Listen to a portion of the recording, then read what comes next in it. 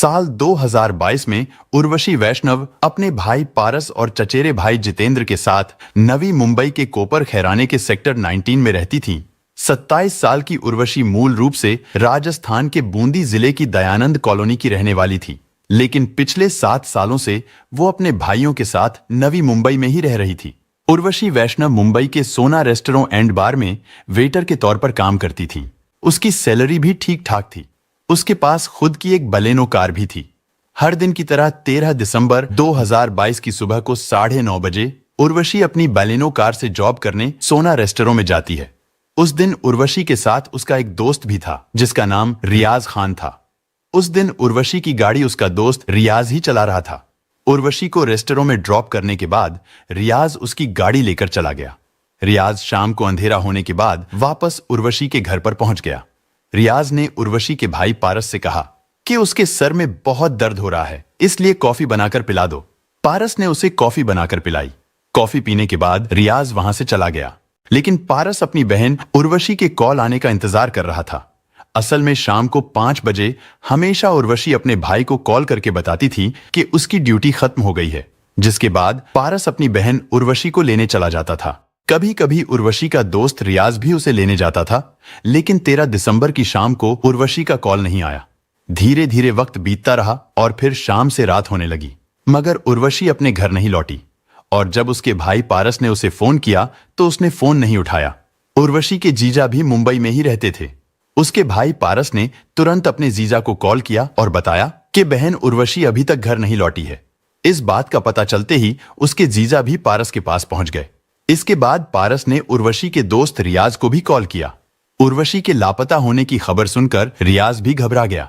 इसके बाद वो लोग उर्वशी को तलाश करना शुरू कर देते हैं। इधर 14 दिसंबर को महाराष्ट्र के रायगढ़ जिले में पनवेल तालुका इलाके के कुछ लोग गाढ़ी नदी के पुल से गुजर रहे थे, लेकिन तभी अचानक वो लोग देखते हैं कि पुल के नीचे पिलर के पास एक लाश तैर रही है।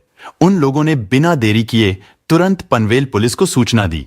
कुछ ही देर में पनवेल पुलिस घटना स्थल पर पहुंच जाती है और जब उस लाश को पानी से बाहर निकाला जाता है तो पता चलता है कि यह किसी लड़की की लाश है जिसकी उम्र करीब 25 से 30 साल के आसपास थी।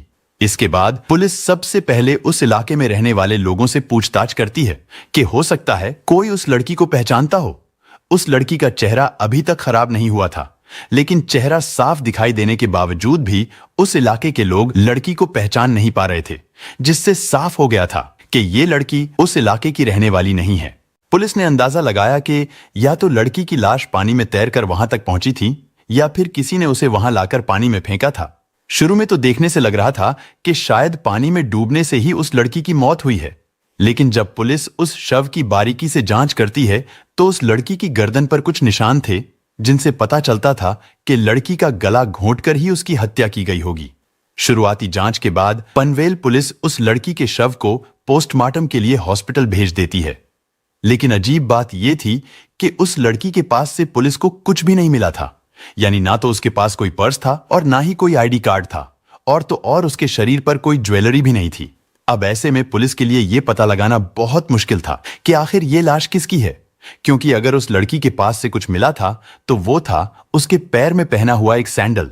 लेकिन मामले की गंभीरता को देखते हुए पनवेल पुलिस ये केस क्राइम ब्रांच को सौंप देती है। इसके बाद क्राइम ब्रांच पुलिस सबसे पहले आसपास के सभी पुलिस चौकी और थानों में कॉल करती है और कहती है कि पिछले 24 घंटों में अगर किसी थाने या चौकी में कोई मिसिंग रिपोर्ट दर्ज हुई हो या फिर आने वाले 24 घंटे में अगर कोई भी मिसिंग रिपोर्ट दर्ज कराई जाती है तो उसकी सूचना क्राइम ब्रांच को दी जाए, क्योंकि जांच के दौरान पुलिस को घटना स्थल से अगर कोई एविडेंस मिला था तो वो था उस लड़की के पैर में पहना हुआ एक सैंडल।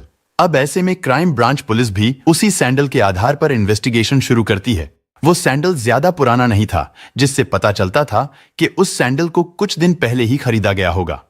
पुलिस के लिए अच्छी बात यह थी कि उस सैंडल पर मैन्युफैक्चरिंग कंपनी का नाम भी लिखा हुआ था। क्राइम ब्रांच पुलिस ने जब उस कंपनी के बारे में जांच की तो पता चला कि वो सैंडल एक लोकल फुटवेयर कंपनी में मैन्युफैक्चर किया गया था। लेकिन अब सवाल यह था कि ऐसे सैंडल को बेचने वाली तो शहर में हजारों दुकानें होंगी और न जाने कितने लोग डेली इस तरह के सैंडल्स खरीदते होंगे। क्राइम ब्रांच पुलिस इन सब बातों को देखते हुए उस सैंडल की मैन्युफैक्चरिंग करने वाली कंपनी को कांटेक्ट करती है और वहां से डिटेल निकलवाती है कि 13 दिसंबर के आसपास के दिनों में उस तरह के सैंडल्स कितनी दुकानों से ऑर्डर किए गए थे। बहुत छानबीन करने के बाद क्राइम ब्रांच पुलिस को पता चलता है कि उन दिनों कंपनी द्वारा केवल 3 दुकानों पर ही उस तरह के सैंडल डिलीवर किए गए थे, जिनमें से एक शॉप मुंबई में थी, एक पनवेल में और एक शॉप वसई में थी। इसके बाद क्राइम ब्रांच पुलिस की एक एक टीम उन तीनों शॉप पर पहुंचती है और वहां पर उस लड़की की फोटो दिखाकर पूछती है कि क्या ये लड़की कुछ दिन पहले इस तरह के सैंडल खरीदने आई थी। क्राइम ब्रांच पुलिस को मुंबई और वसई की दोनों दुकानों से तो कुछ खास जानकारी नहीं मिलती, लेकिन पनवेल में जो शॉप थी उस शॉप पर काम करने वाला एक लड़का उस लड़की की फोटो और उस सैंडल को पहचान लेता है। वो लड़का पुलिस को बताता है कि कुछ दिन पहले उसने ऐसे कई सैंडल सेल किए हैं। इस बात का पता चलते ही पुलिस ने उस दुकान में लगे सीसीटीवी कैमरे की रिकॉर्डिंग चेक करने का फैसला किया। आखिरकार कई घंटों की मशक्कत के बाद एक सीसीटीवी फुटेज में पुलिस को वही लड़की सैंडल खरीदते हुए दिखाई देती है। वो सीसीटीवी फुटेज 6 दिसंबर 2022 की थी, जिसमें वो लड़की एक हट्टे कट्टे लड़के के साथ इस तरह के सैंडल खरीदने के लिए शॉप पर आई थी। इसके बाद पुलिस 6 दिसंबर की बिल बुक चेक करती है, जिससे पता चलता है कि उस लड़की का नाम उर्वशी वैष्णव है, जो नवी मुंबई में रहती है। क्राइम ब्रांच पुलिस को मरने वाली लड़की का नाम तो पता चल गया था, लेकिन अब सवाल यह था कि आखिर उर्वशी के साथ 14 दिसंबर को क्या हुआ था और सीसीटीवी फुटेज में उसके साथ दिखने वाला वो लड़का कौन था। लेकिन जब पुलिस उस सीसीटीवी फुटेज को थोड़ा ध्यान से देखती है तो पता चलता है कि उर्वशी के साथ उस दिन जो लड़का दुकान पर आया था वो लड़का कोई बॉडी बिल्डर था। इसके बाद पुलिस उस इलाके के सभी जिम्स की लिस्ट तैयार करती है, साथ ही सीसीटीवी फुटेज से उस लड़के की फोटो भी निकलवाती है और फिर पुलिस सभी जिम्स में पूछताछ करने के लिए जाती है। उनकी सीसीटीवी फुटेज भी चेक की जाती है, क्योंकि हो सकता है वो लड़का किसी जिम के सीसीटीवी कैमरा में वर्कआउट करते हुए नजर आ जाए। लेकिन इतनी भाग दौड़ करने के बाद भी क्राइम ब्रांच पुलिस को उस लड़के के बारे में कुछ पता नहीं चलता और फिर 3 दिन बाद यानी 17 दिसंबर 2022 की रात को नेरुल थाने में एक मिसिंग रिपोर्ट दर्ज कराई जाती है। यह रिपोर्ट पारस वैष्णव नाम के लड़के ने दर्ज कराई थी और यह मिसिंग रिपोर्ट किसी और की नहीं बल्कि उर्वशी वैष्णव की ही थी। इसके बाद पुलिस बिना देरी किए पारस वैष्णव से कांटेक्ट करती है और उसे तुरंत पुलिस स्टेशन बुलाया जाता है। जैसे ही पारस नेरुल पुलिस स्टेशन पहुंचता है तो उसे वो शव दिखाया जाता है। पारस वैष्णव उस लाश को देखकर जोर जोर से रोने लगता है। वो दीदी दीदी चिल्ला रहा था और इससे साफ हो गया था कि वो शव उर्वशी का ही है। खबर मिलते ही उर्वशी का चचेरा भाई जितेंद्र और जीजा भी पुलिस स्टेशन पहुंच गए थे। लेकिन अब सवाल था कि जो लड़का सीसीटीवी फुटेज में उर्वशी के साथ दिखाई दे रहा था वो कौन था। उसके बारे में पता लगाने के लिए पुलिस ने उर्वशी के भाइयों और उसके जीजा को वो सीसीटीवी फुटेज दिखाई तो उन्होंने उस लड़के को तुरंत पहचान लिया। असल में वो लड़का कोई और नहीं बल्कि उर्वशी का दोस्त रियाज खान था। पारस ने पुलिस को बताया कि 13 दिसंबर को जब उर्वशी घर पर नहीं पहुंची थी तो पारस ने उसके दोस्त रियाज से भी फोन करके पूछा था और रियाज ने उससे कहा था कि उसे नहीं पता उर्वशी कहां है। इसके बाद पारस ने 14 दिसंबर की रात को अपनी बहन उर्वशी की मिसिंग रिपोर्ट दर्ज कराई थी। लेकिन जब पुलिस उन तीनों से पूछती है कि क्या उनकी किसी से कोई दुश्मनी थी या फिर उन्हें किसी पर शक है तो पारस कहता है कि उन्हें रियाज खान पर ही शक है, क्योंकि जिस दिन उर्वशी वैष्णव गायब हुई उस दिन वो रियाज खान के साथ ही गई थी। इसके बाद पुलिस रियाज खान को तलाश करना शुरू करती है। खोजबीन करने पर पता चलता है कि रियाज पास के ही एक जिम में ट्रेनर है। पुलिस बिना देरी किए उस जिम में जाती है, लेकिन उस समय रियाज वहां पर मौजूद नहीं था। इसके बाद पुलिस जिम के ऑनर से रियाज खान के घर का एड्रेस पता करती है और जब पुलिस रियाज खान के घर पर पहुंचती है तो रियाज खान अपने घर पर भी नहीं था, लेकिन पुलिस को वहां पर उसकी पत्नी और उसकी बेटी मिल जाती है।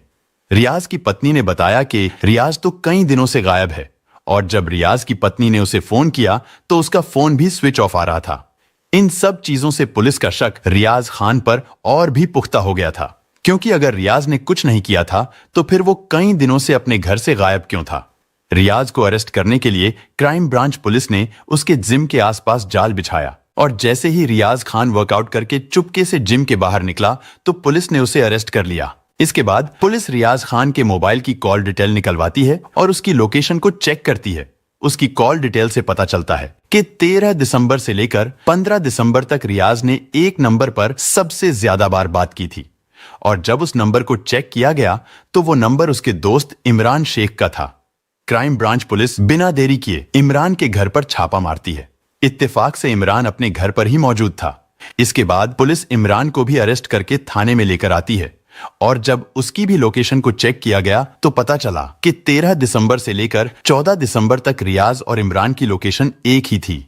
लेकिन सबसे अहम बात यह थी कि उस समय उर्वशी की लोकेशन भी उन दोनों के साथ ही थी और इससे साफ हो गया था कि 13 और 14 दिसंबर के आसपास इमरान शेख, रियाज खान और उर्वशी वैष्णव वो तीनों एक साथ ही थे।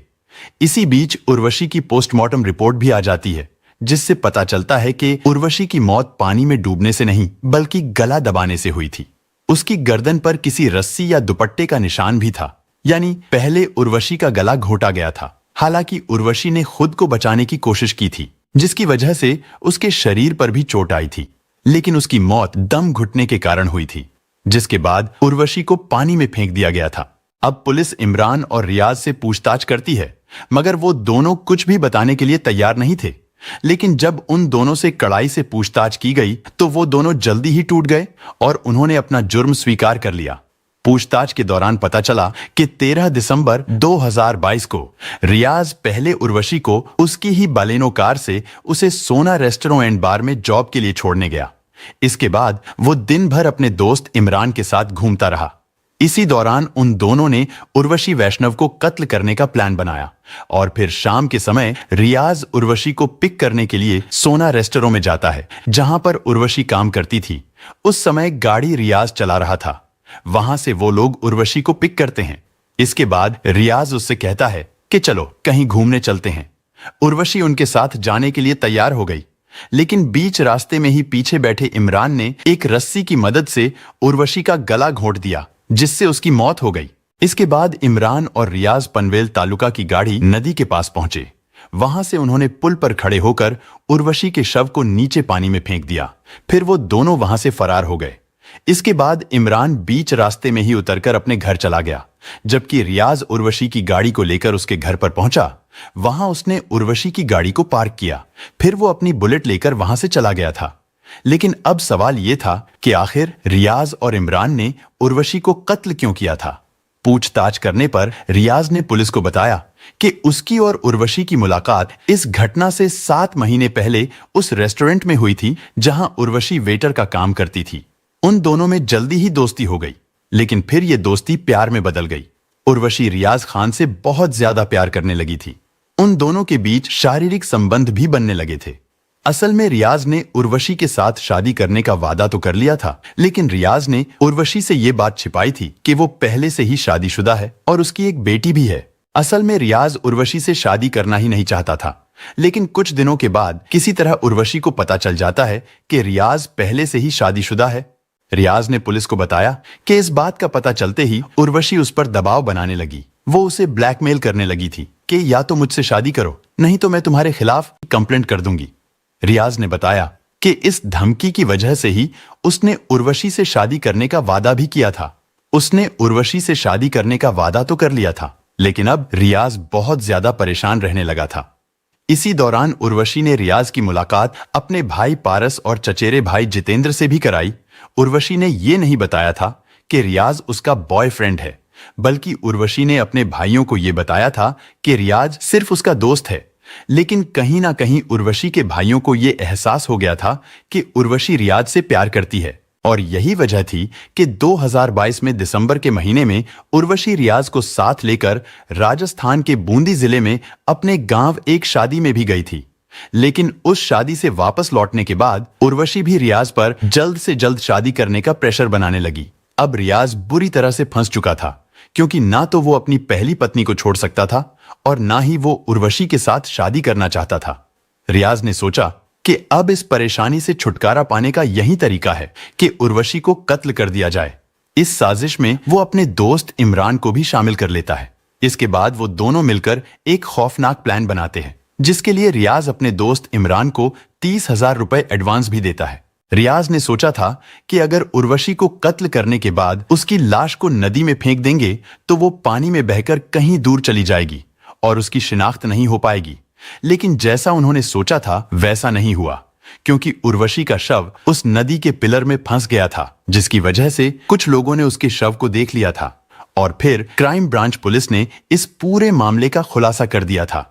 इसके बाद पुलिस ने उन दोनों के दिए गए बयान और सबूतों के आधार पर चार्जशीट तैयार करके उन्हें कोर्ट में पेश किया गया, जहां से उन्हें जेल भेज दिया गया। लेकिन साल 2023 में सितंबर के महीने में रियाज और इमरान को बेल मिल गई। मगर अब सवाल यह है कि इतना बड़ा क्राइम करने के बाद भी उन दोनों को बेल कैसे मिल गई थी। दरअसल उन दोनों के खिलाफ कोई भी ऐसा सबूत और ऐसा गवाह नहीं था जिसने रियाज को उर्वशी के शव को नदी में फेंकते हुए देखा हो या फिर उन दोनों को साथ जाते हुए देखा हो। और यही वजह थी कि लैक ऑफ एविडेंस यानी सबूतों की कमी के कारण रियाज और इमरान को बेल मिल गई थी। हालांकि ये मामला अभी भी कोर्ट में चल रहा है और हो सकता है आगे चलकर उन्हें सजा भी सुनाई जाए। लेकिन इस घटना से ये सीख जरूर मिलती है कि किसी के साथ रिलेशनशिप में आने से पहले थोड़ा वक्त लें, थोड़ा ठहरे, क्योंकि आप जिस व्यक्ति के साथ रिलेशन में जा रहे हो आपको उसके बैकग्राउंड और उसके नेचर के बारे में अच्छे से पता चल सके, ताकि भविष्य में फिर कभी कोई ऐसी घटना ना हो। दोस्तों,